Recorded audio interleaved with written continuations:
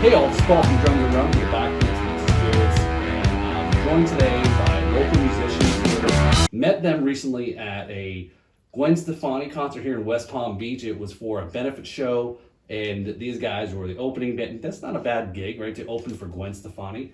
Nobody probably would ever complain about that. And they just killed it. They rocked. They're a hard rocking band here in West Palm Beach, and we're going to talk to not only the drummer, but also the guitar player, who is also a drummer by heart too. So we're going to get into it. We're going to check, his credentials and so forth. But let's introduce to the podcast here, Chris and Mike of Sons of Tradesman. How you doing, guys? Doing great. And yourself? Great. I'm doing excellent here. So thanks for coming on again. That was just just a couple weeks ago. We just saw that show, and I've heard of the name. Again, like we were talking before we started taping, there's a lot of bands we've heard of them, especially musicians. You don't get a chance to check out other bands very often. Yeah, right. Everyone's working Friday, Saturday. Exactly. So you can't go out and watch shows. Right. Yeah. So, that same thing is, as I've gotten a little older here, lived in the West Palm Beach area, had kids, all those responsibilities creep up. It's hard to get out as much. And so forth, and especially let alone the last couple of years with COVID, and that was a whole thing too. So we'll definitely want to talk about that. But so let's just get right from the beginning there. So Chris, I listened to the episode you guys did with Ben and Hector and the 561 Music Podcast. So shout out for those guys. And you talked a little bit about growing up, and it was growing up in a music household, right? For the most part, yes, right. But nobody actually played an instrument, not traditional. In that sense. Yeah. But there was always seemed to be music going on in the house. For sure, yes. My dad used to collect a lot of these old tapes, and then, VHS tapes, cassettes, DVDs, records of, earlier salsa music and stuff like that, even live versions too and stuff like that. So I got to see a lot of Tito Fuente, the earlier ones of him, and then, his son eventually took over when he passed away. So yeah, man, music's always been there, but Saturday nights for the boxing matches, mom's cooking, all the women are hanging out in the kitchen, which, hey, that was then those days, but right, yeah. The guys are watching the boxing matches, and then immediately once that boxing match is done, everybody runs to the garage, everybody picks up an instrument, and then we just jam all night. That's pretty cool. And I didn't know anything about drums at that point, so it was very interesting. And again, as we were talking before about, is the podcast, and obviously with it having a alcohol reference to it, and with the tie into music, the two things go hand in hand, for the most part. For the most part, yeah. Yes. Okay, Yeah. And I know there are some people that don't, but that's typically in that sense. And I've always looked at that, and I've talked a lot about how there's this relationship between music and spirits, and again, that's what our tagline is, right? It's where the backbeats meets the spirits, right? So again, there's a double meaning, etc. But how all that's all is tied together, because it's a social. Yeah, exactly. Social setting, right? It loosens people up, both the music and the spirits, right? So yeah. So started out playing music,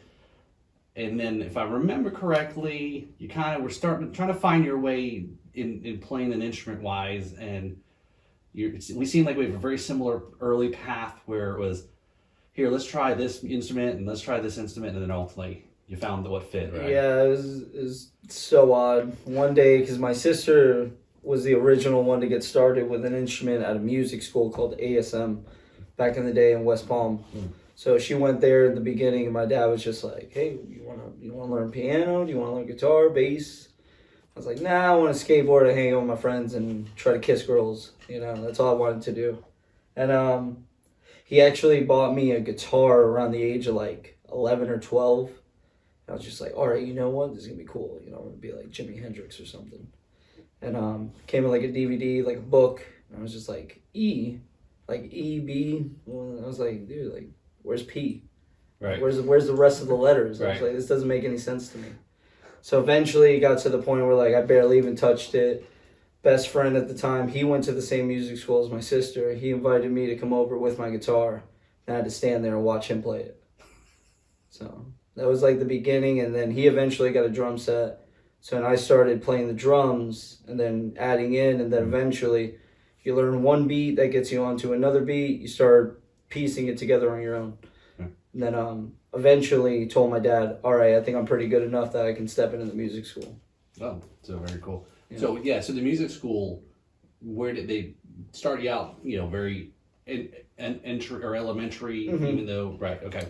That was an odd situation just because I was already about 13 or 14 years old, and a lot of the kids that start in there, I'm starting out, and the kid that's 7 years old is already, let's call it 4 grades above me. So in the beginning, it was kind of like, oh man, are you even good? Like, you're old, you're the old kid. Like, why do you have peach fuzz? And you're like trying to figure it out.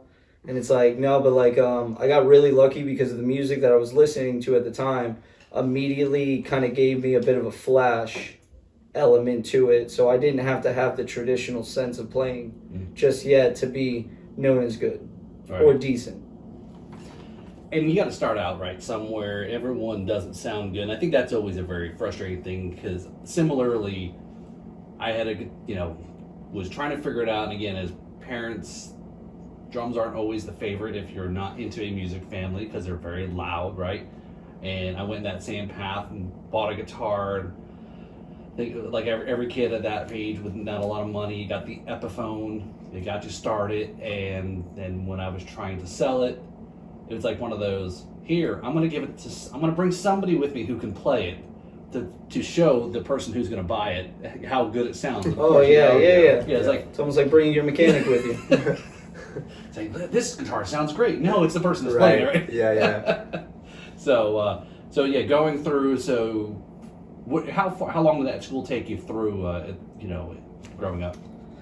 So the cool thing about that school was that they very much allowed like that moment throughout the year. All right, you have the chance to jump a couple grades and you have to show it. And the only way that you show it, they used to put on something called festival every year in Miami at the Radisson. I don't know if they've changed the name since. I haven't really kept up on it, but if you went that year, you completely like just demolished all the the categories of things that you had to battle because you would have to do like a duet. So you're doing a snare solo with another kid, whether it's a boy or girl or whoever, it doesn't matter, but like you'd have to do a duet, you have to do your own set solo so you can make up a full-on drum solo between you and your teacher. He helps you out getting it going and then basically lets you choose it. Now what you choose is what you're going to do. You can change it up on the spot like everybody knows. You improvise as a musician. I don't care what you play. Right. You could play the same song 1,000 times. It's going to sound different every single time. So if you did well enough that first year at the music school, you could potentially, your teacher will see that. And then you know what? I think we can bring them up 2 or 3 grades all at once. So within 1 year, you could skip grades. So this is interesting this is very different than, and we were talking before, was school, like a school of rock, right? And again, not plugging or whatever, just kind of give for a frame of, at least frame of reference for myself it's a little different than a school of rock, right? This is full on. I personally don't know like the ins and outs of School of Rock. I know that they're like pretty tight, like that's like the whole point of it. Like you want to create like a small community within the school, and but at least like with the grading, I don't really know about too much of it, but our school was a bit ghetto-ish when it came to that stuff. It was very much a business for the owner, but the really cool thing is that, my dad's main purpose on putting us in there that keeps us off the street, acting a fool, messing around or whatever, which I was chaotic as a kid, so it was good to keep me off the street, so I'm glad I got into it. Yeah, definitely. It's tough, right, being a kid. And now you look back and like, yeah. I feel bad for the kids now. It was easier for me, even though it was technically harder, I guess. I don't know. Yeah, well, if you're stuck in your house playing video games, I guess as long as you're caged up, there's other things that go with that too, right? Yeah. It was probably more traditional music though, right? Like your school, as opposed to like a school of rock. To be honest, so like those snare solos and duets, those were based off of like old school, marching style stuff. Right. So a lot of rudiments, a lot of paradiddles and such. Other than that, we used to have a band, and once again, depending on the grade that you were in, if you eventually got through 1 through 6, I believe it was, and then you went into open. Open was where those are the best kids in the school. That's where you would start playing, I don't know, like just random songs throughout history. They're just famous songs, and then you battle them against the other kids at the other schools. Right. Yeah. So it was if for those who have seen Drumline, it was a little bit like that, right? You're battling the neighboring schools. Yeah, I or wouldn't you're say it got that aggressive. I do remember one of my friends got beat up by another school, like on the spot, like in a bathroom too. Like he said he was about to leave, like 5 minutes about to leave, and they just beat the crap out of him in the bathroom. that's actually a real. So that was So was there other? What type of music were they teaching though? I mean, was it one type of genre, or did you? It was no. It was a lot, and to be honest, I'm kind of like bent on it because my teacher he knew that he had a job to do, but he liked playing guitar so much, so him and I would end up just jamming. So sorry, Dad. That sucks. Could have learned jazz. Yeah. You see, and that's like the jazz thing, and especially as a drummer, like I say, like you are basically beating everybody at drums if you know either if you're a well playing jazz drummer or if you're a church drummer. If you grew up playing those two, you immediately have my respect. For sure. Which mine doesn't go very far. Yeah, the level of chops for that kind of stuff, right? Yeah, it's insane. Yeah, You got to be smart to do it. Like so much paperwork, everything is different. There is no just like, oh, I can hang on a 4/4. I can mess around if I want to. Yeah, and you got to know it. Mhm. Right. Know the music. And again, most that probably right. You can't no way getting off of 4/4, right? Again, most music is 4/4, pop music, etc. But I laughed one day because there was actually a good reference. Was with Star Wars. Was May the 4th, right? So 5/4. So Dom Farmolaro, the global drum ambassador, is known by. He had posted something. It was like a black and white photo of a guy. It must have been a jazz guy, and it says something like 5/4, right? Timing. I was like, all right, that's kind of cool. There's a little different perspective on it, but it blows people's minds with odd time signatures, right?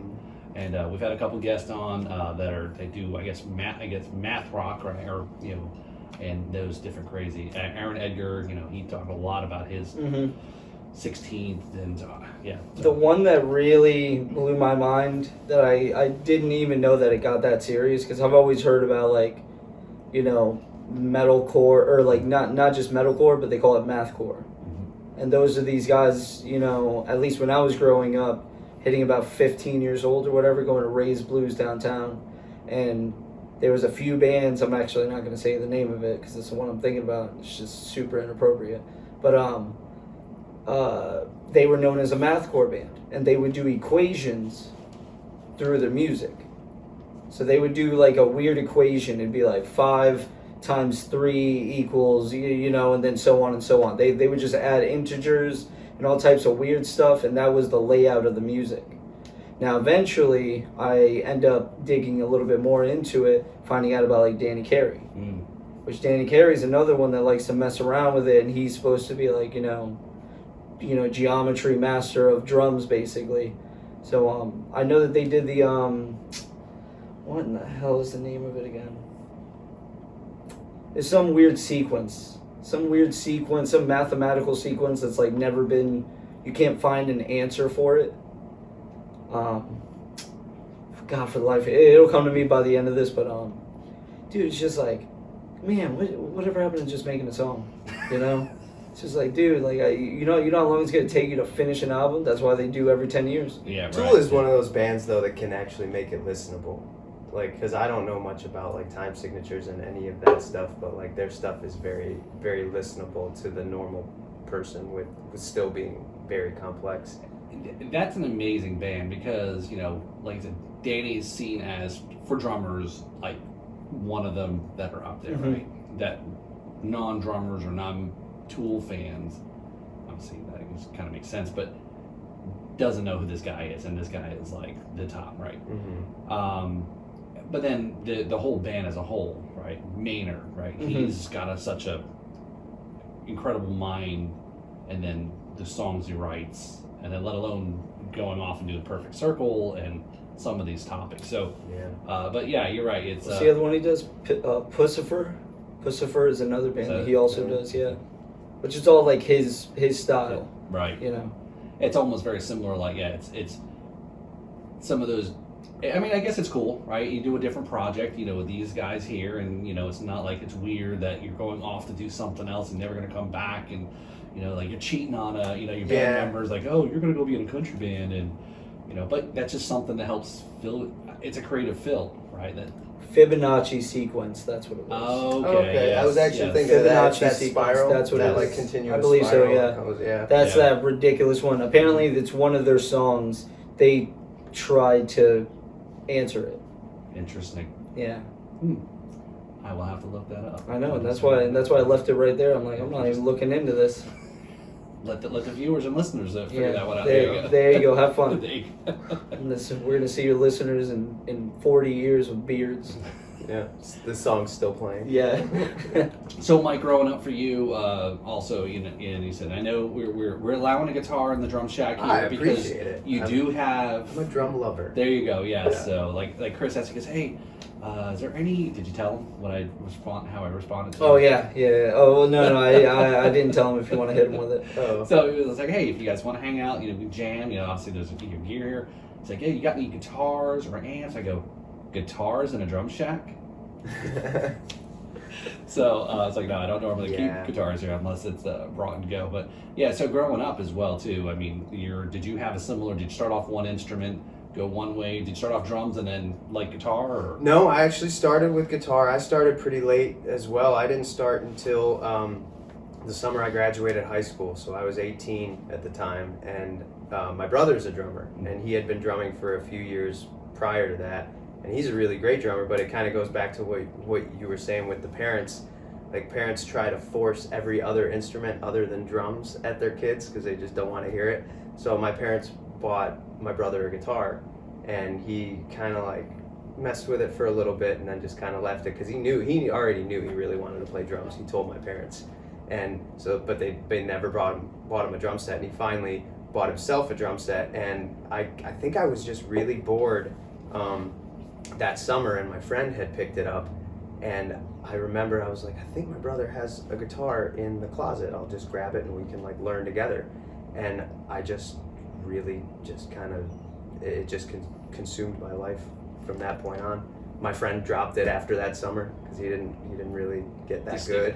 And, yeah, right. Because if you don't see the progress, it's hard to get to that hump where you start to like, because it is like incredibly. It doesn't matter what instrument it is. It's incredibly frustrating, right? And you just feel like you're not getting any better. But once your last name is not Van Halen, is it? This sounds like the Van Halen no, story, right? No. Yeah, that is right because they were each right. They were each on Alex each other's instrument. instrument. Yeah, that's right. Yeah. So. Yeah, no, not exactly. I wish we could get to that point, but no, it was just one of those things that I really didn't have a direction that I wanted to go in my life. Like, I knew I was going to go to college, but only because my parents wanted me to go to college, and I figured I owed it to them because they raised me and spoiled me my whole life. So I figured, I have to do the thing, like the quote unquote normal thing, and go go to college, get a job, get a family, raise the family, so on and so forth. But I started playing guitar, and I kind of just dropped all that, but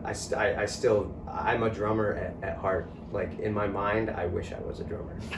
Every chance I get in between sets or if at shows, I'll sit down on Chris's kit. Okay, so he's been begging me for literally years now for him to learn to learn a song on guitar so he can play drums. Yeah. Oh, so you want to jump around on instruments then?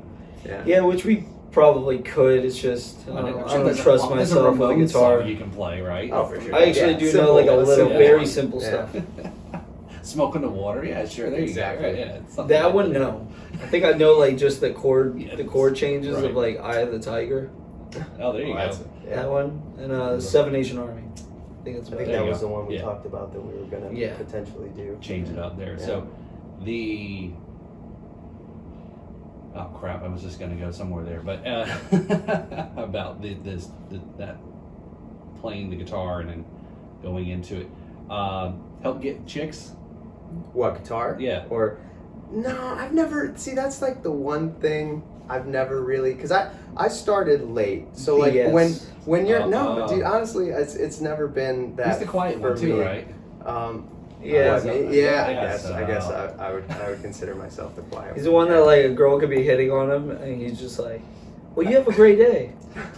She's like, "What are you doing, man? Hang out." Yeah, because it's just too. Honestly, it's just too much trouble. And in my mind, I was like, this is gonna take away from my time I could spend getting better at drums and guitar. Yeah. So It's kind of like what was the movie, the drum movie there, Whiplash, oh, see, I haven't seen Whiplash, that. I haven't seen which that. is dare it's a terrible movie. I dare any teacher to yell at me like that. Yeah, That's too Yeah. much, man. Yeah. It was a good movie though. it was I a did good like movie, it. but I think it set such a bad thought of for people to perceive drummers Mm. in a certain way. And I won't get into certain things. I was in a band with somebody, and they saw that move, and they thought it was like that was the motivation. Treat it like a piece of shit. Oh, really? And That's it's not the way, right? That works, So- I guess, for some people, but that's not. I get it. Again, I think that movie, how it was talked about, how all the greats, and you want to be the great. Well, but life changes so much. It's not, people's approach things differently. Mhm. Yeah, sure, there's people that work harder, but at the same time, somebody doesn't have to treat you like a piece of shit to, Yeah. to get the point across, right? Right. You either want it or you don't want it, right? No matter how Yeah. hard you whip somebody into, whiplash. Right? Yeah. So. Well, and that kind of goes back to what you were saying too, because I kind of thought of it like starting later for me gave me more of an appreciation for having to work at it, because when people start so early and it becomes such like a natural thing for them, Right. they kind of take it for granted almost, and they don't have that sort of. I mean, not everybody, but they don't have that sort of drive to get better, because it's just something that comes so easily to them that they don't necessarily progress any Right. further. So like starting late for me, I wish I would have started earlier, but at the same time I don't know if I would have had the same drive to get better. Right. So That's yeah. fair. Yeah. So up to this point there, so because you've been in West Palm your whole life, and more or less. I'm originally from Connecticut, Yeah. but yeah. Yeah, and then I'm So, originally yeah. from Michigan, from like So, Metro Detroit area, right. but I've been down here for about 10, 11 years okay, now. yeah. So so drums here, going back there, Chris, is so coming up through, and now high school. So what was that early on? Now taking what you were doing, at the music school, and probably jamming with people that and how does that early years before kind of where The you're moving early years were kind of like surreal, to be honest, because like how much I've always been in love with music, because I would say it was like around earlier ages. I got into rap music first, and then eventually my brother started showing me like Slipknot, System of a Down, Sum 41, and then now I'm like, all right, okay, I kind of like skateboarding, but also like doing this a lot too. So it was almost, skateboarding and music go hand in hand. Yeah. So growing up, I mean, that was the day.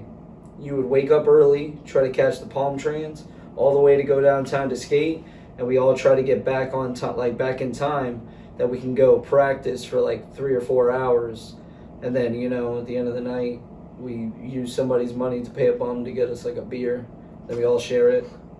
But like that was a good Right. day. Yeah. That was a good day. And then going through school while like also doing music school at night, plus I was doing sports at the exact same time, so it was just like my schedule was packed up, busy.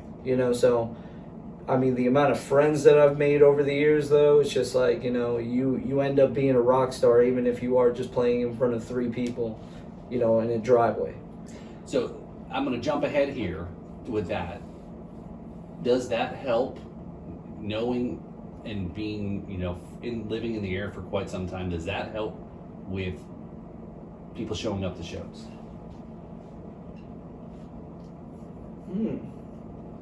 As we all know, right? That everybody does. There's the whole big talk about, because of Facebook. It's a great tool to use to get word out there about gigs, but everybody just easily enough just hits interested. But they never show it. What's the meme that shows up? Like, how many people actually click interested and actually show up? Right? Okay, Right? you know what? I actually have one of my favorite answers to give you now. So, our original bassist, Nick Polycarpo, that did pass away, a few years ago. Sorry to hear about that. Yeah, no, it's okay. But yeah, one for him. There was a really funny story. He was a teacher's assistant at FAU. He had a student that he was teaching the student for something like almost 2 semesters in a row, and the student, Nick would always tell everybody, he's like, oh yeah, I'm in a band, I have like practice, so I can't stay and hang out with you guys or whatever. So eventually we go to play Crazy Uncle Mike's, and that same student is a busser there. And then, the student sees Nick, and he's like, what are you doing here? He's like, I'm playing in a band. I'm playing in the band tonight. He's like, what? He's like, yeah, I'm playing in this band. So once we had played the first set, we came down. Kid comes up to me, he's like, dude, you didn't tell me it was this type of band. I thought you were in a garage with like some overweight guys, you guys all old as shit. And he's like, no, man, I told you I'm in a legit band. And that, just to like kind of answer your question in a weird way, I noticed that like I would go to school and only certain people that knew me would come out to the, either the super random house party. We never really got gigs yet, but like it's when those kids eventually see you out, they're like, oh, you weren't joking. Right. Like you actually know how to play. Because everybody thinks that you're just, you're just running your mouth. And nobody really trusts anybody until they see it. You got to see it. My relatives still don't take me seriously. And you know what? That's what I'm talking about. Cute. That's the second you throw it in their face, so it is amazing. It's well, so did you fun. did you tell them that you opened for Gwen Stefani? I mean, finally, I think after whatever 10, 11 years of doing this, they're finally like taking me seriously. But the first few years, yeah, it was just I was like the joke of the family. Gwen Like, what is he doing down there? Like, why is he? She even... like the Drifters. Yeah, That's probably what they're asking you. I got a lot of people that I hadn't talked to in years hit me up because when I shared that post, they're like, "Whoa, like that's cool that you're actually doing that." I was like, "Yeah, this is finally it." So yeah, let's come back to that. Right? I know we're gonna go all over the place here. Yeah, so we talked about the gig here with the guys a couple weeks ago. Here was for a local. Hell, why am I drawing a blank on the school? Oh, Dreyfus Yep. In here, West Palm Beach. Public school. It's an art school. It's I think of fame, right? There you go. Right? Mm-hmm. And they had Gwen Stefani as the big draw. They, again, it was a charity event for music, and which it was a great charity. How did you guys get the gig? Andrew knew Dennis, the guy that put it on. He was working for him for a while, and he knew that he was in a band. And I don't know if he ever came to see us. He did, actually, because we did that show at... That was years before COVID, I think it was something like maybe a year or two before COVID, because that's the job that Andrew ended up, like, basically just didn't have a job, overnight, just like a lot of people, obviously. But I think he did come to see us because he was also the boss of... Adam Sheets and and Kjo and Brennan. Yep, Brennan. Yeah. So a couple other of the local musicians worked with him as well, because that whole AirTab thing is like a music venue, interacting with the people that go to the venues and all that. So I think he just had us in mind. That's cool. As kind of like the local support for the show. And you know what? I remember Brennan like super hard trying to like push. Gutter tones on him. Oh yeah? Yeah, I think so. Yeah. And Andrew, because Andrew's just so relentless that like, he's just like, we are number one, he pushes it hard. Yeah. Which, you know what, it's nerve-wracking sometimes because it makes it like, oh man, are we number one sometimes? And you kind of second guess yourself.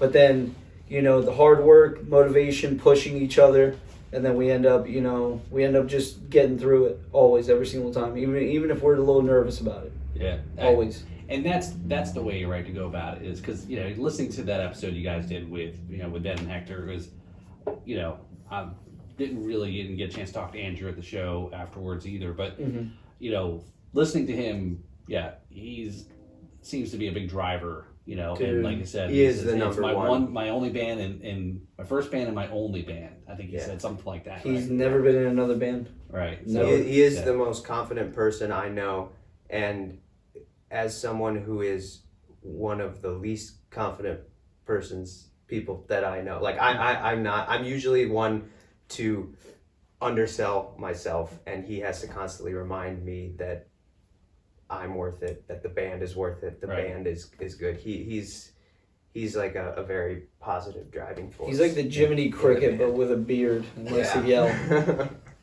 Yeah, so check it out. I tell you, go to the website there.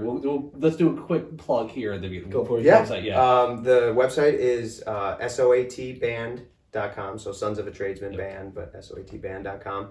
And you know, you can find us on the Facebook and Instagram. Just search Sons of a Tradesman and you'll find And it. you'll see that glorious beard. Oh yeah, Mhm. you can't miss Andrew. Yeah, he's the one. He's the one that's glowing in all the photos. because- yeah.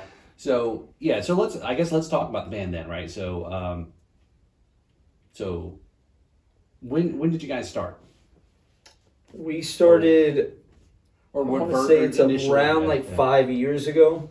I want to say like around 5 years ago, and we literally started right out of Andrew's parents' like hangar out in the acreage. So literally, his barber at the time I knew from high school. The barber's girlfriend knew me from growing up, and you know, Andrew got back to town from Ohio, started asking around about drummers. And Barber naturally was just like, oh, I know this one kid named Chris, man, and he's like legit. Which at that point I was actually about to quit playing drums. Really? I was about to quit. Yeah, because I had been in so many different bands, and like, you know, you just get screwed over from, and as much as I want to blame them, you know, it's also on you. Like, are you sticking around too long in something that you know it's already one toxic, people aren't showing up for practice, and you know, there's a lot more arguments than actual, like, you know, togetherness. So right around that timing, I was like, you know what, let me go stop by, bring my drums and see what these kids are about, basically. And went over there, and I was like a metal punk drummer. So it's just like, they were like talking about AC/DC and Led Zeppelin. I'm like, whatever, man. I mean, it sounds easy, I guess, and which it wasn't. But eventually played drums, man. It worked out, and next thing you know, we're jamming almost every single weekend. You know, Thursdays, Fridays, Saturdays, we would post up in front of the place. He would call up some people out in the acreage. I knew a lot of friends out in the acreage, and we would like almost set up like a small little house party like every weekend. And we would be jamming. Eventually got to what I was kind of explaining a little bit earlier off camera, the Fraternal Order of the Eagles Club. And that was like the first time that we ever played. And I mean, we actually did a very good job. It was just like, we did not understand just yet, like, levels. And then, you know, we're like shocking older women. And yeah, man, I mean, it was super interesting. It was super funny. Just like all the stories going back, you know, with Andrew. But yeah, it's been about 5 years. You know, Guido, we're lucky enough to have him join, what, about like 3 years ago? A little bit more? Yeah, so 3 years ago, Guido joined, and I mean, we've leveled up ever since Guido got in, and then even recently, Alex is now in the band. I think he just hit a year. That's even more of a level up. Alex on the business end is just like superb. He's you know, so right now we have a really good team. Plus me, I'm more like a equipment manager. I don't like doing anything else other than playing drums. Well, I mean, you know, because you said you've been in bands a lot. It takes more than just a bunch of musicians to get together if you're gonna run it yourself. Like, Right. you gotta have good business sense. Everyone has to kind of have their own special thing that they bring to the band outside of their musical skills. You know. So yeah, like, we were really fortunate to get Alexis. He's actually a guitarist originally. He had never played bass before, and he saw us at Crazy Uncle Mike's, and he wanted to get in a band. And he was just like, okay, I'll learn bass. Wow. Yeah. That's that. And So I think, you know, listening to theirs, that what you were talking about, I take away from when you met up with Andrew, Chris, was it fit. You know, I mean, that's what everyone talks about, is half of it is just do you gel? Do you like the dudes or for girl, sure. whatever? Yeah. You know, you can be a great musician, you can be mediocre musician, you can figure it out. But again, at the end of the day, this can work, right? And that's most bands have a difficulty even with professional, local, whatever. Is just because at a certain point, talk to you guys. I agree with that. I think that's some things I may have suffered from was staying too long when I knew I shouldn't. Yeah.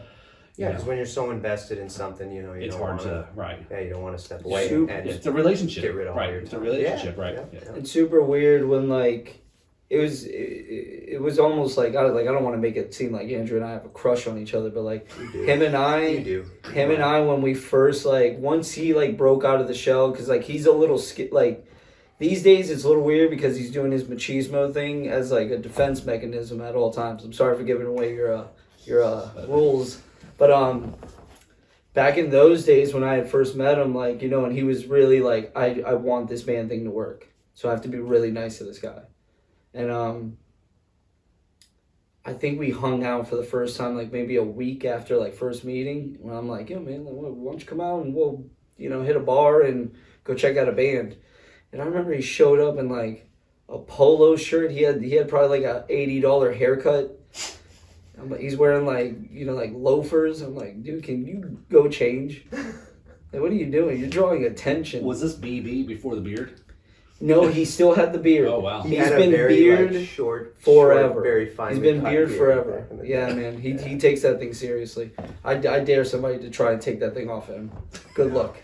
But no, man. Him and I clicked almost immediately, which is weird. I'm Puerto Rican. He's Cuban. We're not supposed to like each other. So, but. Nah, man, it's my boy, and him and I almost felt that immediately, and I was like, I'm gonna make good music with this kid. And it's really weird that we talked about it before.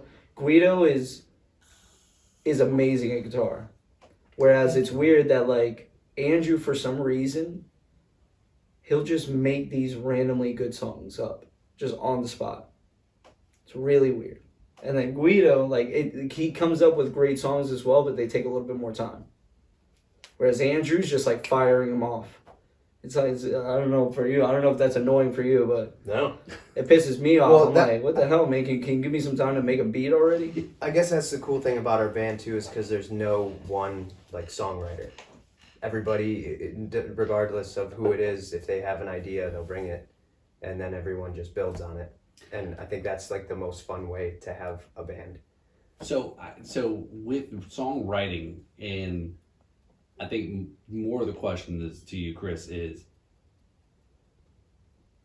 do you find it I guess how do you contribute in that sense? Because I always for myself feel as a drummer is, if you don't know other instruments, or you don't know the chords, or you don't know the melody parts that go with it, is and how do you have your part in that, is where Mike's a guitar, lead guitarist, right, and Alex and Andrew are also guitar parts and more so than melody. So you get melody, right, right? Yeah. Sure. How does because I think that's something, again, talked a little bit about how you have your bass player kind of helps glue, put between what you do and melody. There's a funnier side of it, is that every once in a while, which I've done it to him, if we're writing something, I'll mouth out. I'll be like, dude, and then I'll be like, can you try to make that work somehow? And he's just like, all right. I think Chris, don't I'm sorry for interrupting you, but I think Chris has a very good knowledge of melody without actually knowing that he has a good knowledge of melody. He hears it in his head, and he knows, it clicks. He's like, this needs to get out somehow. Right. But as a drummer, I'm the same way. If I think of a drum part, I have no idea how to communicate it to him. But he always does that. When we're writing, he's really good with transitioning parts to parts. That's my job. And then that's but he'll also say he'll have a melody in his head, and he'll try and hum it out, and we'll try and work it out, and most of the time it ends up working out. It's cool to have someone have a completely different approach to it, That's kind of what I wanted to bring up earlier, that I now that I'm thinking about it again, it sounded like I probably shit on you a little bit. You did. But wow. That's fine. I'm used to it. What it is that we're able to kind of feed off of each other. All right, I couldn't really think of that spot, so now that that's there, that's where, other people kind of come in and do that cleanup work or even the building on top of it work. Whereas, like, me, for the most part, I like to pride myself on, like, doing the transitions. I think on a drummer's side, that's your job. Not all of us are going to be Neil Peart. We can't write the music for you. Right. That guy was just a freak of nature. Yeah. Or even like Danny Carey, another freak of nature. But like, I think on drummers, they should tend to make those transitions. Because I think sometimes it's like, guitarists might like look at it like, all right, man, I really don't know what to do. And it could be something as simple as just like, oh, you know what? Let's just do a swing off to something else and then jump right back into it. It's just like, that's what I was thinking. Yeah, and that's an important part there. It's those dynamic parts of the song or breaks or or when there's a pause or that weird people are not expecting to happen, right? Mm-hmm. It's again, we were talking earlier about a little bit about who is everybody supposed to be following? Yeah. It's us, right? Yeah. Oh, right. So yeah. There's some of those things and I think those kind of odd, breaks or parts is definitely to help set it, definitely get people to kind of pay attention. It's not just kind of the repetitiveness. Yeah, exactly. Yeah. Yeah, because I guess it all depends on what kind of group it is or what kind of band. Because you could have a solo singer songwriter who is very much okay. This song is going to be in the same key 4/4 the whole time. And as a drummer, you just need to keep the beat. Okay, but that's totally not us. Like, we like to get weird. We like to see what we could possibly do. If it doesn't work, it doesn't work. But we like to approach it in a totally different way. Like, yeah. Not keep it simple at all. Yeah. So let's talk about the EP there. So okay. Or is it LP? Okay. LP. Yep. Okay. So how many songs is it? 11? 10? 11. 11. Well, 10, but one's a two-part. Yeah. So technically 11. Okay. So came out, you released it in just last year, right? Yeah, 2022, February. And Stir the Pot is the name of the LP. Yep. Stir the Pot. All right. So that's just in that short time frame. Did you already have a lot of songs that before Alex came in? Is it some of that, or is it just talk about that kind of that process and If you want to go for that, yeah, sure. We actually we released the album before Alex was in the band, so he came in shortly after. The bassist that we got to record, it was actually a few of the songs had been around since even before I was in the band. So it was ones that they wrote in Andrew's parents' garage before I was even a part of it, and we just kind of had those songs sitting around, and we kind of got into the cover band schedule, and we didn't really push the originals as much, and we just got to a point where like, okay, but we still brought ideas during practice. We still kind of kept writing. Right. But there was a point where we're like, okay, we need to finish these songs. We need to get them written and recorded and on an album so we can move on to the next chapter. And that's what we did. It was just after COVID that we decided to do it. It's just after COVID. Yeah, and we had all the downtime that we, because we weren't playing live anymore. So we figured it'd be a good opportunity. I remember specifically telling almost any person that was like friends with us, because like now we're getting to see, we said it earlier, you don't get to see your musician friends until, unfortunately something like COVID happens. And I remember some of those days that we all went to Crazy Uncle Mike's to do the live stream. Mm-hmm. Oh my God, like we're all like, it's like the first time ever. It's almost like Thanksgiving. It's just like we're the only ones allowed in there because we're doing the live stream. So it's like we're cracking jokes on each other, but we're also like telling each other like, start writing. You better be writing right now, because why would you waste this amount of time where nothing's happening? It's funny you say that, Chris, because that's something I thought, again, sitting as I said, the podcast just started happening again, watching friends, trying to support, friends that are full-time musicians, or, doing their live streams in their house, or, the live streams you were talking about, and Save Our Bands, is it, am I good, right? Save Our Musicians? Save Our Musicians. Save Our Musicians. And I said this time, I said, I hope to God, with everything being shut down and bands can't go out and perform, either at the end of this, either we're going to have some friggin' awesome musicians because they should be woodshedding Right. and at home, got nothing else to do, and just getting better because that's all, there's nothing else to do. Or you're gonna have, so that was the hope was, you saw a lot of it. To your point is those that use that time wisely, right, to write some stuff because now you've got nothing in other than just sitting in your house or sometimes you get together. So yeah, I think that's perfect because you guys, you recognize that, because playing live kind of takes that the what do you call it, the that creative, the energy you right. like you need to get it out somehow, right? So playing live, it kind of did that, so we weren't as motivated to write. But then when that stopped happening, we're like, well, we need to do something. Right. Like, something's got to happen. We need to keep this train going. Yeah. And that's ended up being what it was. And it was an awesome experience for me and for everybody because none of us had done an album before. Like I remember you saying you had done a little bit of recording before. Yeah, right, I've done a few different projects and stuff like that. Yeah. And I mean, the one first timer thing for me was the fact that like just the band was recording it. There was no crappy engineer in his mom's garage or whatever. There was no, rich kid that, is going to overcharge you. There was none of that.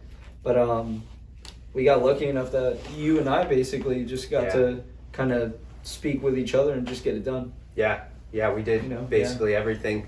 And I feel like we did a lot of the final writing on everything too because we had so many songs that weren't done that were like maybe 60-70% there, but that's when we made that decision. We're like, okay, we got to do this and we got to finish this. So he and I kind of sat down and finished writing everything, and that's kind of where I started to get into the area of engineering and producing because I had never done anything like that. I did a little bit of recording here and there, but I really kind of got my chops in on this album. And that's that, again, the other thing is I think a lot of people had to learn other skills and especially for people that are sitting at home and again, whether they lost their job or whatnot and became YouTube stars, creators, and everybody figured out how to do video editing and whatever the case may be. So you learn new skills to move forward, which is what else are you gonna do? You gonna exactly. sit there and play with yourself, or are you gonna? Well, it's on maybe on OnlyFans. Yeah, that's true. For some of the fortunate Still people trying to that break are through able that one. So check out on OnlyFans, Only Sons. Only Sons. Okay, that's a great idea. I swear we're not real brothers. That's fantastic. Oh my god, yeah. You should see the shirt I've got. I made up. It actually says only drums. Only drums. I like that. And I didn't want only rums. And I went to Sunfest last year, and I'm wearing this shirt, and people are walking by. They see the logo. They see it again. They can see the logo, and then of course once they read, then it's like this smile. And I'm like, yeah. I know. It's in the same. It's in the same font and everything. It's just the only word is the difference. Watch them look for it. It's just you taking off drum heads. Yeah, right. Just slow, extra slow. Just put candles lit everywhere. Just put lithium grease on the tension rods. This feels good. This tighten it. Oh, just tense. Guys, just enough tension. Yeah, there you go. I'm saying we should make this a thing. That's pretty funny. Well, and look, I did actually register Only Rums actually as the handle on OnlyFans. Oh, nice. Yeah, so there you go. So, oh my god. Right, so, we're already it's moving. good if you want to take somebody's money one day. Yeah, that's true. Hey, why not? If foot thing only feet or is a thing, right? Yeah, so, yeah. Yeah, that so, could be a thing. Yeah, where did you record?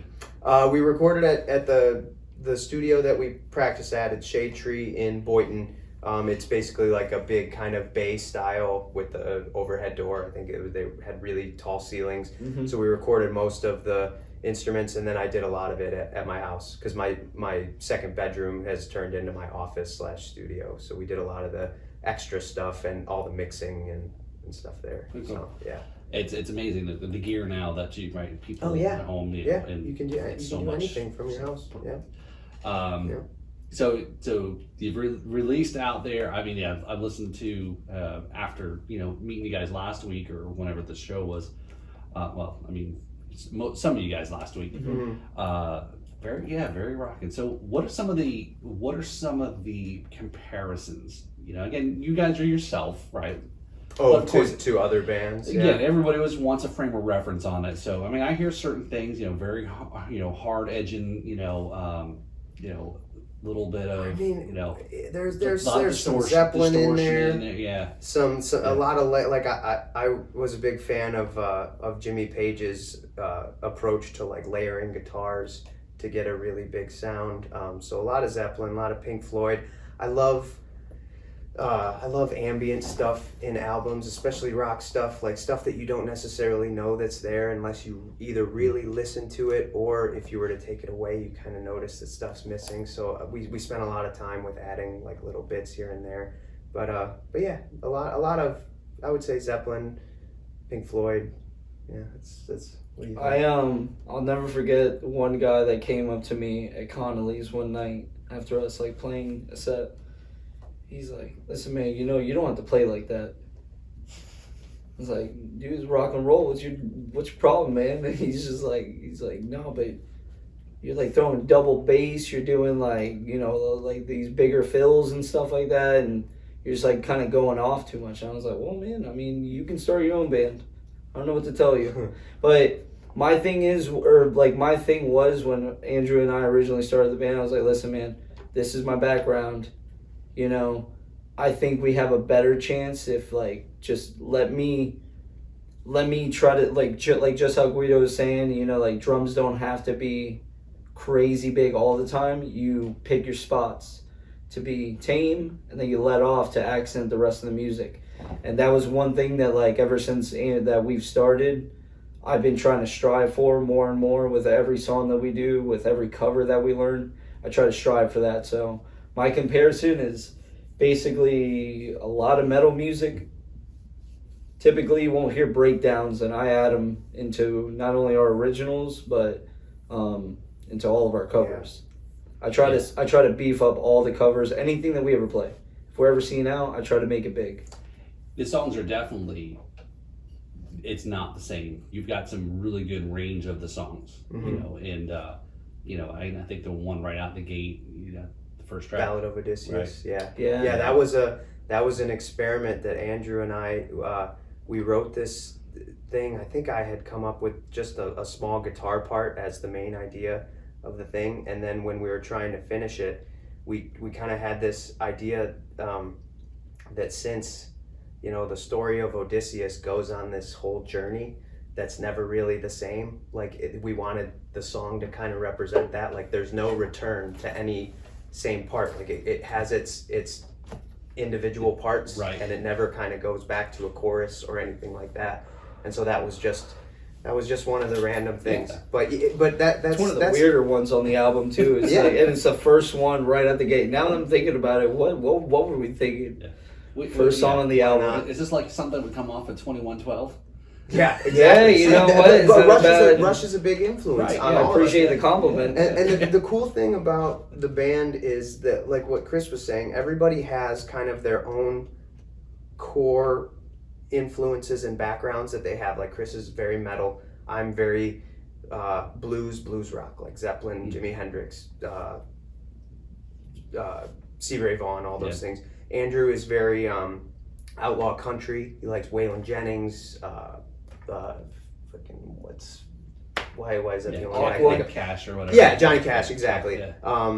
Alex is Alex is all over the place. Alex is all over the place, but he originally comes to practice every week. He's like, man, I was thinking about this funk thing, and then I'll show up the next day. He's like, no, I got this Tool thing now. Yeah, it's like Jesus. Yeah, he's. But it keeps the rest of us on our toes, especially the stuff that he's writing now.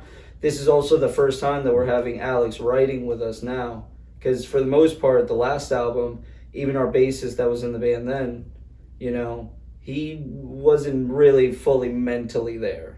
Yeah. Like he was there and he was amazing and everything. It's just he wasn't as into it as we were. Right. We were more of a paycheck for him, I think, at the end of the day. So but yeah, it's just very interesting because when you're writing, like me, if I'm thinking of a transition or another part, I'm not going to think of like doing a breakdown or something that he would throw in. So it's cool to have different influences to throw, but we all appreciate each other's music.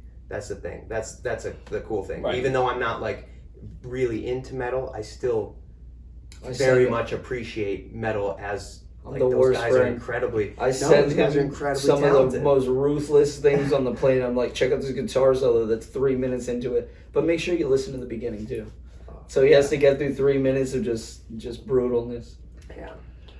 You know, But so- yeah, that's why everything is kind of all over the place. But it's also us. So it Right. it right. it I mean, works. and that is probably the way you described each of the, the four members is what their background is and influences is right. Like I said, it makes you who you are. Right. Now the whole big thing about like you follow the Ed Sheeran, getting blasted every time he turns around. Somebody thinks he's ripping off, and to a certain extent, You said Ed Sheeran? yeah. Oh, man, yeah. We like that guy. Right, him right. and I love are it, fans sure. of that guy. Yeah, he's Right, great. right. Isn't we talking about the same guy, the ginger? Yeah. Yes. Yep. Okay, yeah. So I mean, Can it's you funny. say that? No. I'm just kidding. Yeah, we'll edit it out later. So yeah, we can tell you whatever we want. No soul. Yeah, Yeah, that's right. It's a podcast. that's We right. can Well, say yeah, whatever we yeah, want. on 'cause here. he stole. Yeah, he got no soul. forgot. He got no soul because he sold his soul to the devil to get all this music. Yep. We figured it out. There you go. There you go. Thanks for clearing that one Devil up. hasn't knocked on my door yet, though. We've now transitioned to the conspiracy part of the podcast. you know? But yeah, it's like there's only how many chords or how many things. Exactly. And there's certain types of rudiments and beats, but it's how it makes. Again, we're all influenced. Here's one for you guys. I'll throw at you since we're talking about songwriting and creativity and originality. Is if you're following all about the AI stuff. Oh yeah. Where do you think this ChatGPT is going to go? Because a lot of people are now saying, yeah, you can put a little bit in and it spits out a whole script for a movie or Right. whatever, right? So now you probably could feed it into the ChatGPT and says, write me a song about XYZ, and here's your song. Maybe that's an idea for you guys to say, still at the end of the day, we're not letting the robots take over just yet. Just yet. Yeah, Just that's yet, that, right? yeah. That's the next That's part, the right? thing I'm You're afraid still of. kind I of love this question. Because right So- now AI's in its infancy and it's all funny and everyone's like, cool, But what I something haven't, new. what I but haven't until- seen yet, and I'm sure it's out there, is how to get AI to write the music part, the actual, this is just the words, right? It's spitting out. Oh, okay. But how do you say, write me a song and this, and this, and here's the chords and here's the, how many, I don't know if that's. I'm sure it's going to happen out if it's there. not there Yeah. already, right? Yeah. So, all right, Chris. So it sounds like you're dying to talk about this topic. The only thing I can pretty much bring to this, you ever see drummers that, some crazy Norwegian death metal band, and the guy is he's stuck in one position and his hands are everywhere, nothing else is moving, right? It's cool and everything, right? Small movements. The only problem is, dude, where's and I'm not even trying to I'm not trying to combine brutal metal music to funk, but you can tell with funk, there's a feeling in there. There's just like the movie Soul, you get lost in it. I think even if AI is gonna really if they're really gonna try to push music with it, I think the only thing that's going to happen, they'll be able to replicate anything that we've already done because that's what they have in the repertoire. Right. It's That's what you in put their into hard it. drives, their information. But see, that's the thing. It's not replicating it. It's taking literally the same thing that we're doing as You're feeding humans. it- you're we're putting- you're feeding taking, it in. yeah, Right. because we all have our influences, right? So we're taking bits and pieces of this band, like this idea and this, and putting it into something, and they're literally doing the same thing. But they have access to literally all the information. I don't think computers have pain, though. Not yet. Well, there's some that say that what do they call it? It's aware, self-aware. Yeah. Yeah. Right. It's the one that was chatting with the reporter. So all right. So Chris, you said something there. I want to hit on this, and I know it exists, but since you're more of a metal guy, talk about the difference between, like you just said there, funk versus metal. What is playing obviously in the pocket as a metal drummer compared to maybe it's rock or the blues or something else? It's I think the pocket is the pocket regardless. It's you playing in between spots that technically you should just be playing straight. but you find little pockets that you can find those nice little, something that could change up the whole dynamic of the song. You could use that as a transition as well. I've been called a pocket drummer at one point, and then that's when I started like being like, oh, you know what? I've been kind of being like a dick back there, and I've been soloing too much, like on a normal song. So I guess the term though, in fairness, right, is not synonymous with metal, but there are metal drummers and metal songs that whether it's a Danny, right, or you maybe argue a little bit like even Dave, right, from Slayer. There's certain things that the pocket's a lot faster. Yes. Than your typical what we would think or call and refer to as a pocket. I feel like the pocket, speaking as a total non-drummer. Wait. I thought you You okay. You got in here because you said you played the drums or like drums or I'm something. sorry, I lied to get in the door. Oh, I'm sorry. There it goes. I'll let myself out. No, I guess coming he from lets himself out after drinking all the beer. I am a lover of drums, and I listen to a lot of drums, and that's like the first thing that I listen to in a mix is the drums. And I feel like it's the ability, the pocket is the ability for a drummer to stay completely in time, but also adding like life to the song or to the music. Because you can be in time just perfect, like a machine can be in time, right? But it's not going to have the same feeling as a person that's like maybe just a split second here or there, like they just delay just a little bit, but it's still there. So Chris, where he's going with this? Do you want me to put him on the spot? Please. Go for it. It's your show. I feel like I just embarrassed myself. He also basically said that he's not a drummer. It's murder him. So, is Chris a metronome, or does he have a little bit of? And again, I'm not knocking your skills. No. You know what I mean? No. And No. there's. I like this. Right. I like this. So it's some drummers are right. They're maybe they do. A lot of do talk about playing with their metronome to help kind of. Sure. But some that are more feel. Right? You're probably a feel drummer, right? I am, yeah. Right. You and I actually talked about this today over the phone. Yep. I feel like he is such a good balance of both that's why he's so much fun to play with. And I'm sure because he's self-aware, not of just himself, what he's doing, but with all three guys. Because a drummer can be technically good and play to a metronome and know where his parts are and where he needs to play. But when we play live, we do stuff differently a lot. Like sometimes we'll carry a jam out. We'll depending on the song, we'll decide we want to bring it down or bring it up. And like you were saying before, that's kind of everyone has to follow the drummer. So he has a lot of that feel, whereas he technically could just play through the song, stay perfectly on tempo the whole time, and it would be great. Like nobody wants that. No one wants that on a live setting. Yeah. Like that's so he's the perfect balance of, and that's why he's so fun to play with, and that's why I'm still in the band. Yeah, I wouldn't be in the band if it wasn't for Chris. No, I'm just kidding. Yeah, I don't want to feed his ego any more than I already have over the years. But I beat myself up. But no, in all seriousness, really it is because he has a very human feel to his playing, but while still being very technically inclined or very very technically able to do stuff like double bass without completely crapping all over it, and people are like, okay, this guy needs to take it easy. Like when he goes, like people are like people pay attention. Right. Yeah, and again, it's like you said, there's a time and place for everything. Yeah. And I think there's in that same sense where there's that, you maybe play a bit ahead, a little bit behind, somewhere, of course. And James Brown said it best, right? It's always on the one. Yeah, as long as you're there. Back in the one. I don't care, as long as you're back in the one. Oh yeah. That was a Bootsy thing too. When I remember watching a video of Bootsy Collins, he's like, how do you approach bass? He's like, I just do this, and he just starts like diddling, and he's like, as long as you're back there on the one, he's like, that's all that matters. Because James Brown's gonna find his ass. Yeah, exactly. And it does not seem like a fun guy to get yelled at by. Oh, and it's so true though, because that's what makes live music so fun to watch.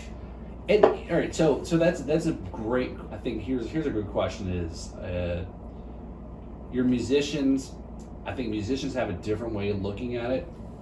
If you're somebody who's at a show, enjoying it, whether they've had a few beverages or whatever the case may be, as you know, right, the only people tougher on you guys are other musicians in the crowd, right?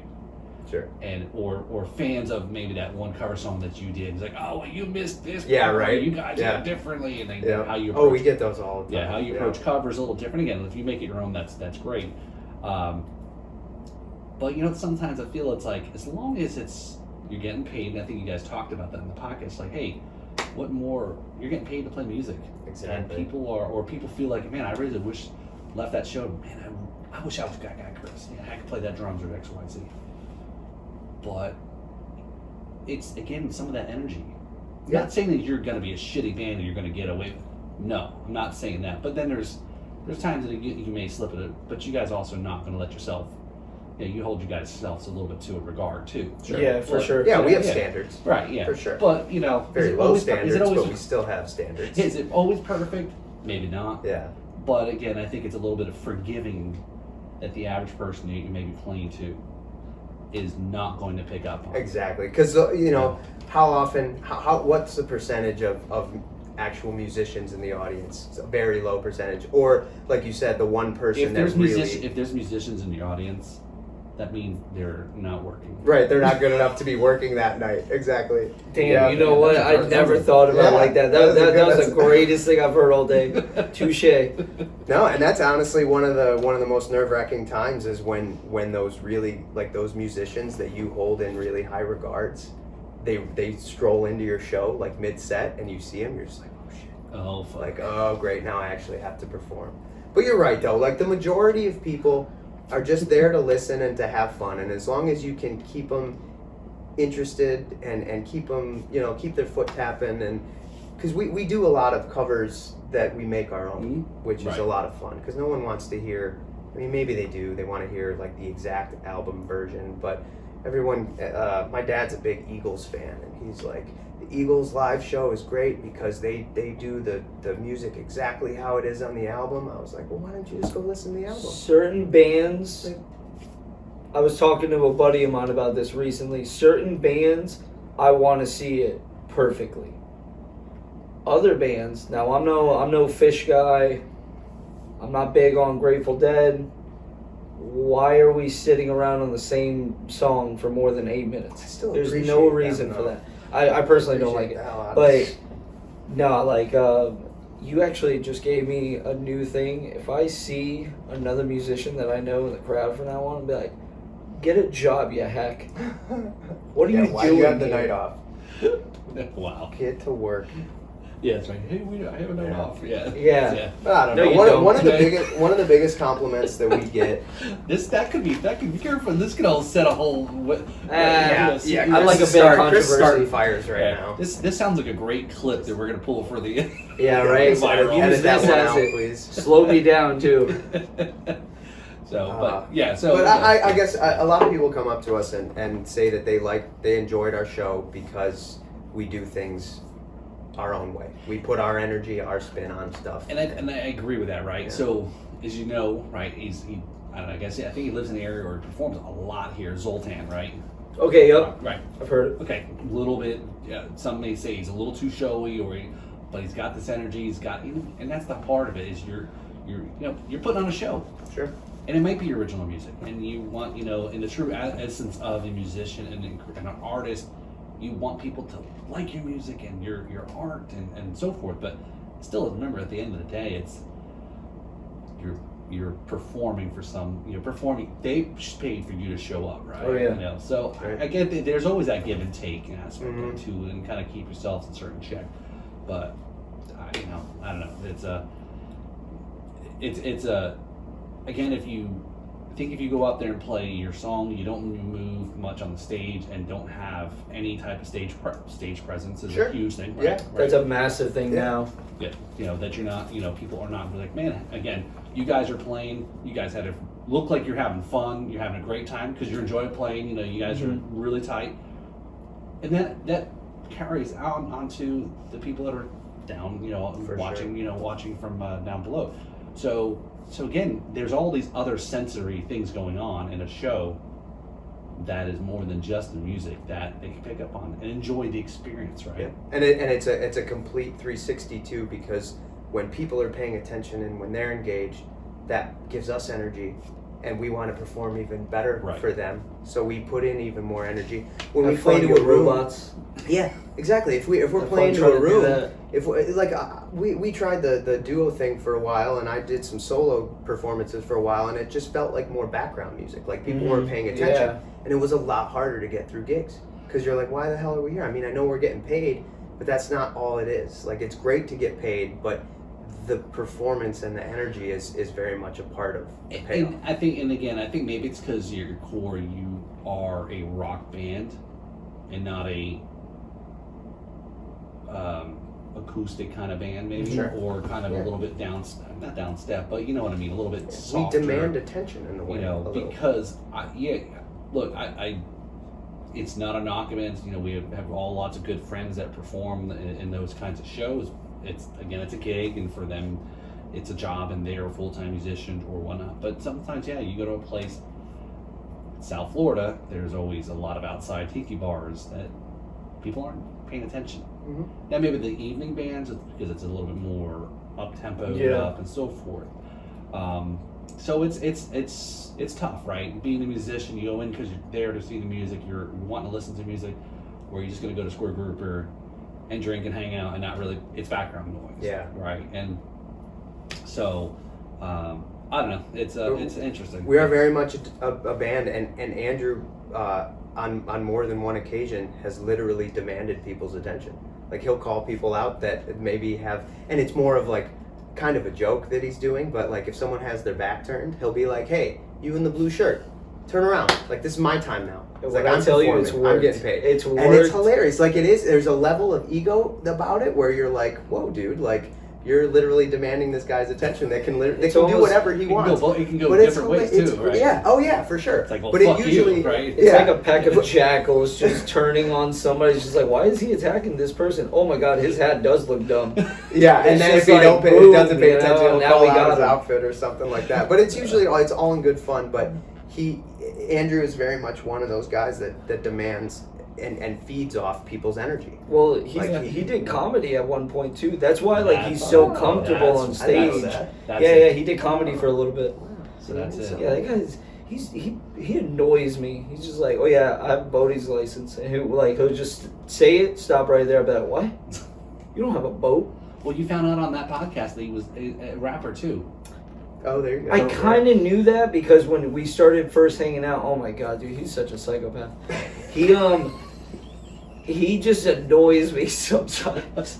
They're best that- friends though, by the way. Yeah. All this that I'm saying, believe me, this is child's play. Why do I have a feeling Andrew's going to want a rebuttal podcast? You know, Bring it, you clown. No, but when him and I first started hanging out, he drove like a white Taurus, and it didn't have like a USB or anything like that, so he had CDs. So I'm like, he's like, oh yo, you want to hear like this one album? I'm like, yeah, sure, put it on. Put it on.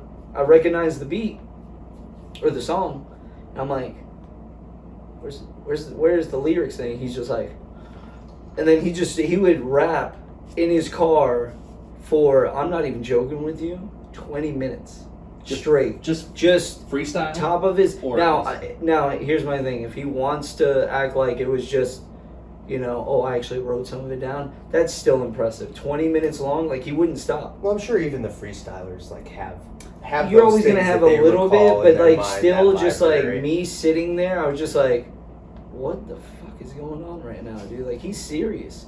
And then the next song would come on, whole nother instrumental, you start rapping again. So is it stuff that's just popping in the head, or stuff that is topical around you guys? Oh, it's topical too. Okay. He's very like room, like he's talking about the room. He's He's talking about the feeding inside off of the of- car. Get out of my way, you dumb tour. You Yeah. dumb explorer on Right. the side. Yeah. I saw a guy play that breakbeat kit on Nashville on Broadway.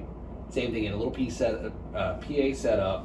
He's playing, he's rapping, whatever the people buy. Again, they're trying to get their attention. Hey, you in the fur coat, da, da, da, you know. Oh, wow. You know, it was That's like, pretty cool. It was That's really crazy, you know. I think I have That's- to find a video somewhere. Yeah, maybe that's but, that's incredible. Yeah, so. But again, that's one of the Yeah. things that adds to our shows because like like Alex will just randomly start playing this funk bass line, and he'll come in with a funky drum beat, and I'll play funk, and Andrew will just freestyle for 30 seconds or whatever, a minute, however long it decides to go. But it's totally random, and we just have fun with it. Rule number 1: we have fun first.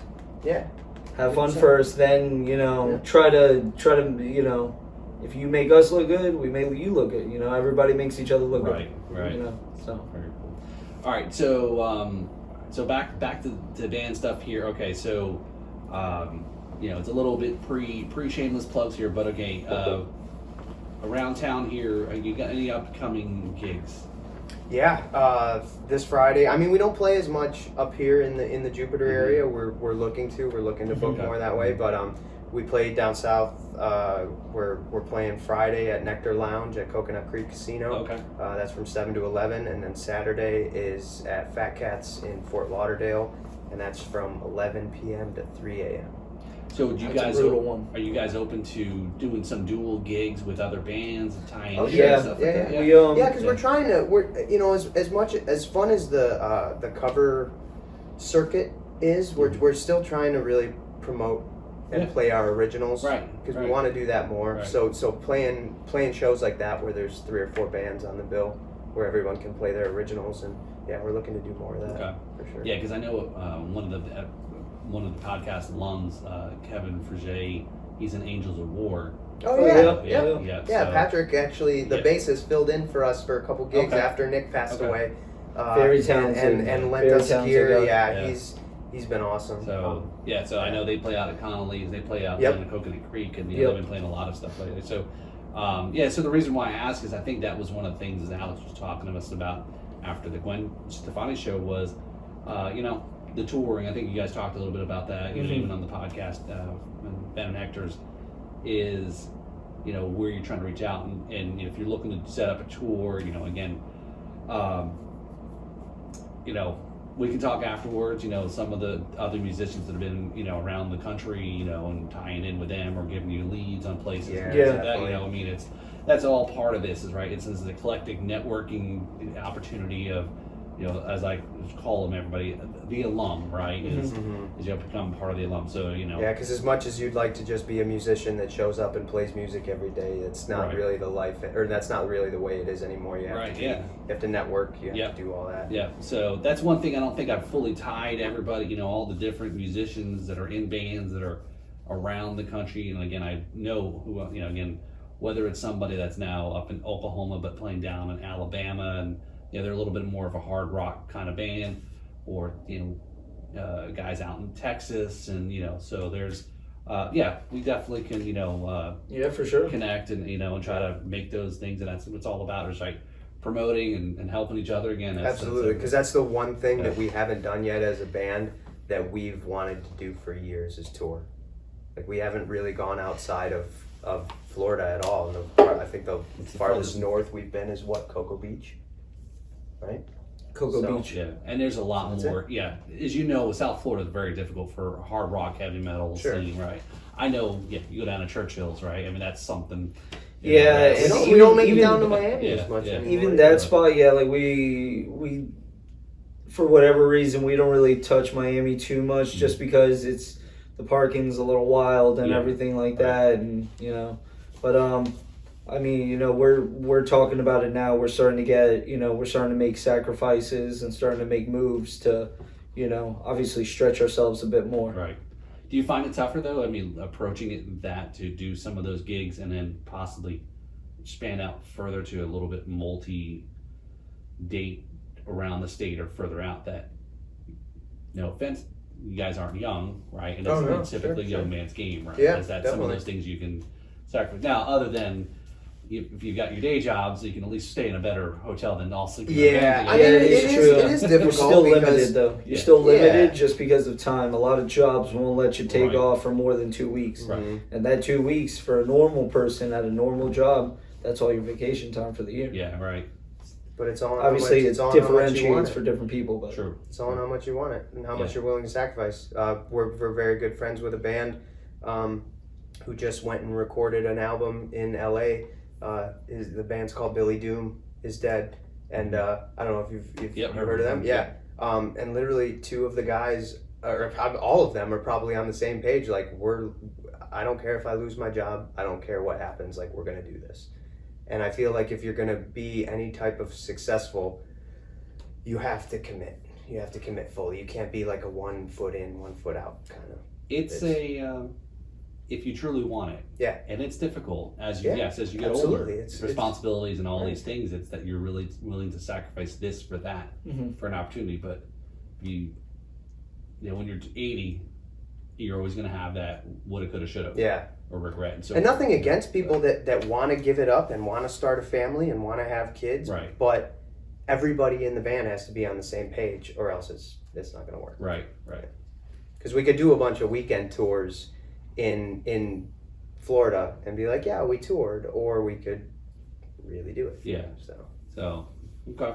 I'm not sure what's going on with our lighting here. So a little poltergeist action going on. So all right. Let's do So I think we hit it there. Everything we were going through, and so again, as I said, you listen to the podcast, you know what this part of the segment is here. This is part of the rapid fire segment for you. So cool. Yeah, so this is where you got, as we call it, in 4 beats or less.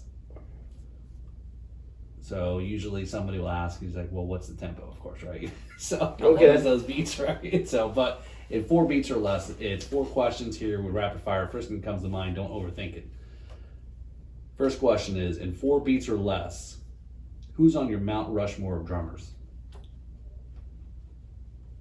I'm naming all 4. Well, so it's interesting you asked that, because I've started to get answers from people that are saying, well, it's my Mount Rushmore, so I can have more than everybody. Yeah, true. Okay, you see. see, I'm such a pain in the ass with something like this, because like it's the reason why I never got a job at Walmart or like Winn-Dixie. It's just like they're like, if somebody drops a piece of trash, do you pick it up, tell the manager, or give it back to the person that dropped it? I'm like, I don't know, throw it away. Sorry. Okay, so Just name 4 drummers. this is hard, man. This is like asking me my favorite movie. I'll take Right, mine. Danny. Meg Okay, I guess you're Danny Carey, Jordan Mancino from As I Lay Dying, whoever is the ghoul drummer or the ghost drummer. That's why I say ghoul. I'm wearing the shirt.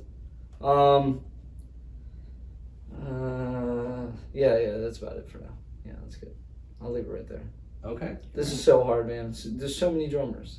Well, Steve Gadd. Boom. Ooh, There we there go. you go. Okay. I'll leave it right there. Okay. All right. So that was where you're going with everybody else. That's I'm so definitely glad that was Steve good. Gadd. But again, There's some Very- weird ones in there, Jesus. yeah. So very very well. Right, Steve Gadd. I mean, very. That guy's cool, man. I like his style. He's wild.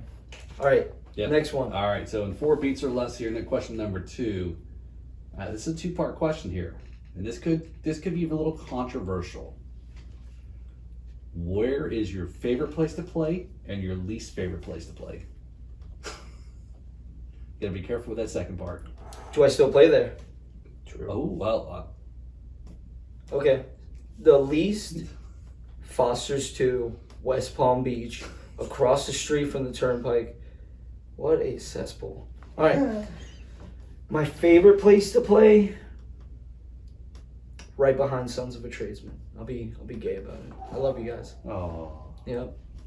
Oh, that's beautiful. Wherever the band is, that's his favorite place to play. Either that or Crazy Uncle Mike's. I really do like playing Crazy Uncle Mike's. Yeah. All right, fair enough. So 4 beats or less. Question number 3. What is the craziest story from a gig? And you can't reuse the Eagle fraternity story. No. That's not even a good. I mean, that one's just funny. Ooh. I'm sorry if I took away There's from a place another called Band idea. Camp. Oh. Place called Band Camp. I don't know, Okeechobee, like the Sticks. That's not. But whatever, yeah. But no, man, it was it was just what a wild night, and we needed it. Right. So don't worry, we're gonna clip that part. We're gonna save that for Patreon. So we're gonna. There you go. Okay. We're not gonna give it all away there. So, There we go, so please. Yeah. So if you a want to good listen to the full story, there you gotta go on the Patreon there and listen to the full details of other than band camp. That's There most you go, craziest gig there. So. all Flat right. back. Okay, here we go. So all right, last one here in 4 beats or less. What is one of the most what one part of your drum kit that you'd hate to have issues with in the middle of a gig? Bass pedal.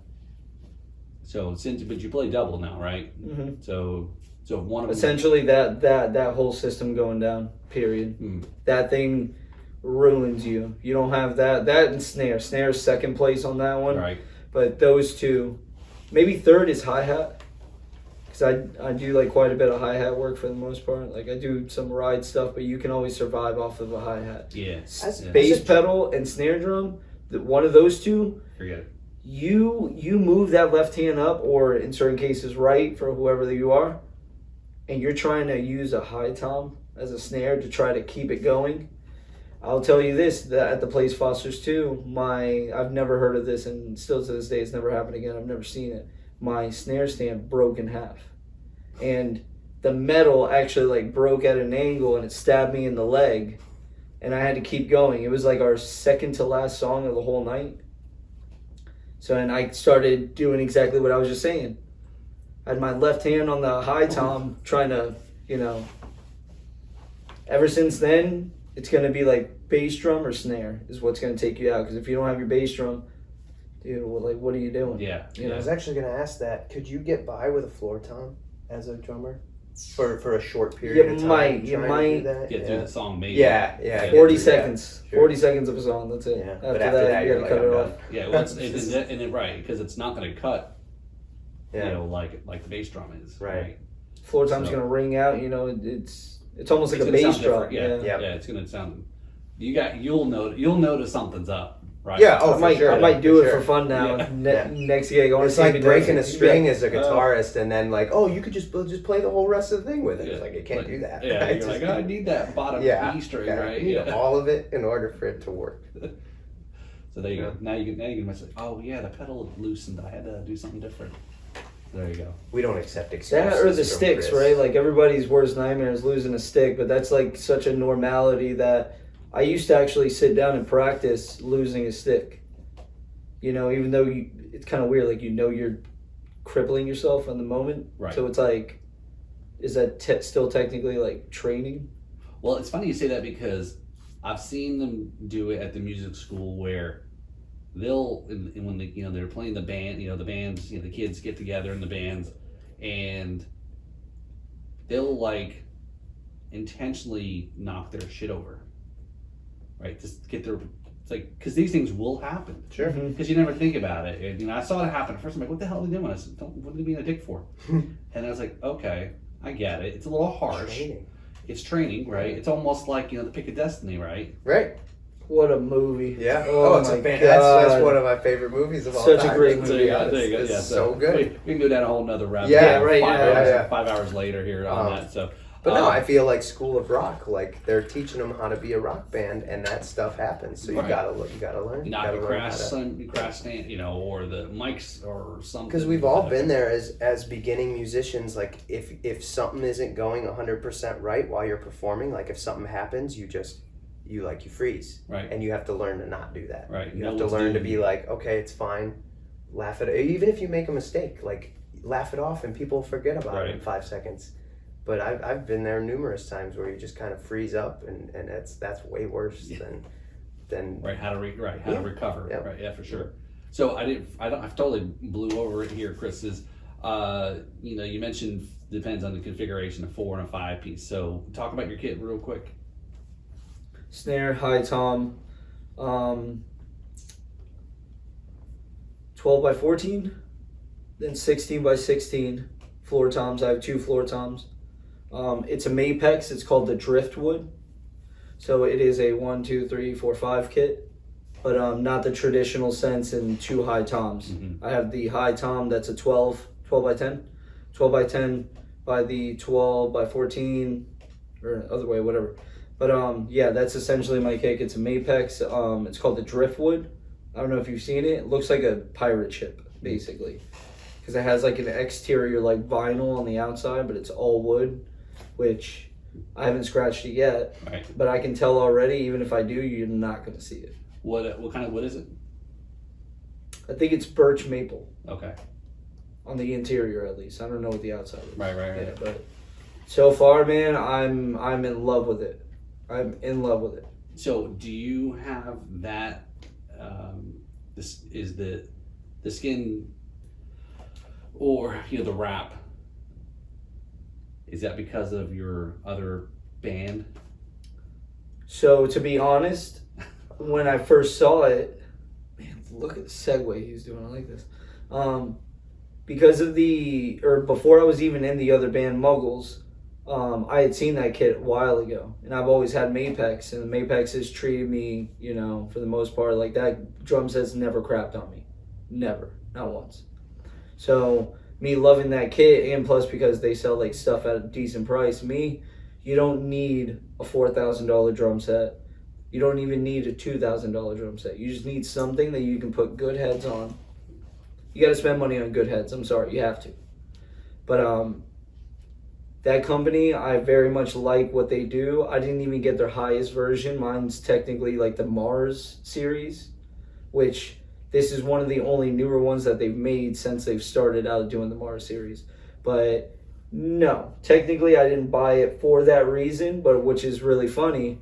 I just did a music video for them maybe about 3-4 weeks ago, and I got to use the kit, and we ended up, I do a chalkboard paint drum head in front. I literally just painted chalkboard paint on it. So now I can switch out that drum head with the the advertisement. Dude, I switch it up all the time. My favorite part of setting up is after we're all done setting up, Chris just sits cross-legged and just draws with chalk and just doodles on his drum set. And we call him Bob Raw. We're like, hey, what's up, Bob Raw? So he's just like randomly drawing shapes and whatever comes to his mind. But it's awesome. I'll never forget. He gets a custom drum head for every show. Yeah, I'll never forget this super nice old lady one day. Like her and her husband are having dinner, and I guess at third and third, their table's pretty close to like the stage. She's like, "What are you doing there?" I was like, "Oh, I'm just doing the illustration for the evening." She's like, "How special is that?" And I was like, "Oh." I'm like, all right, little lady. She said it, yeah. She said it like, she said it very much like in aren't you adorable? It's so nice they let you do that. They're going to let this kid slobber all over the stage, I guess. So do you know Hector does sidewalk chalk? Oh, yeah. Oh, my God. I completely forgot about that. Yeah, I've seen his stuff before. Yeah. He did that Lake Worth street So drawing. What's it called? Something? The Chalk Festival. Yeah, there's something like that. Yeah, down like I didn't know until I saw the post this year. I was like, "Whoa, that's cool." It's interesting. Yeah, it segues right and all that. He's so. almost as good as that. Let me tell you, it's getting there. that idea came from the same place as like the suitcase kit that I was explaining to you earlier. The Samsonite one. Right. I get these super weird ideas. Like I'll be about ready to go to sleep, and I'll lights off, and I'm like, hold up. Now I got to turn on the light. I have to bust out the little booklet. I got to draw it out, write down what I think I need. And then the next day when I see it again, I have like a good idea, and hopefully it doesn't go over like $30 at Lowe's or Home Depot.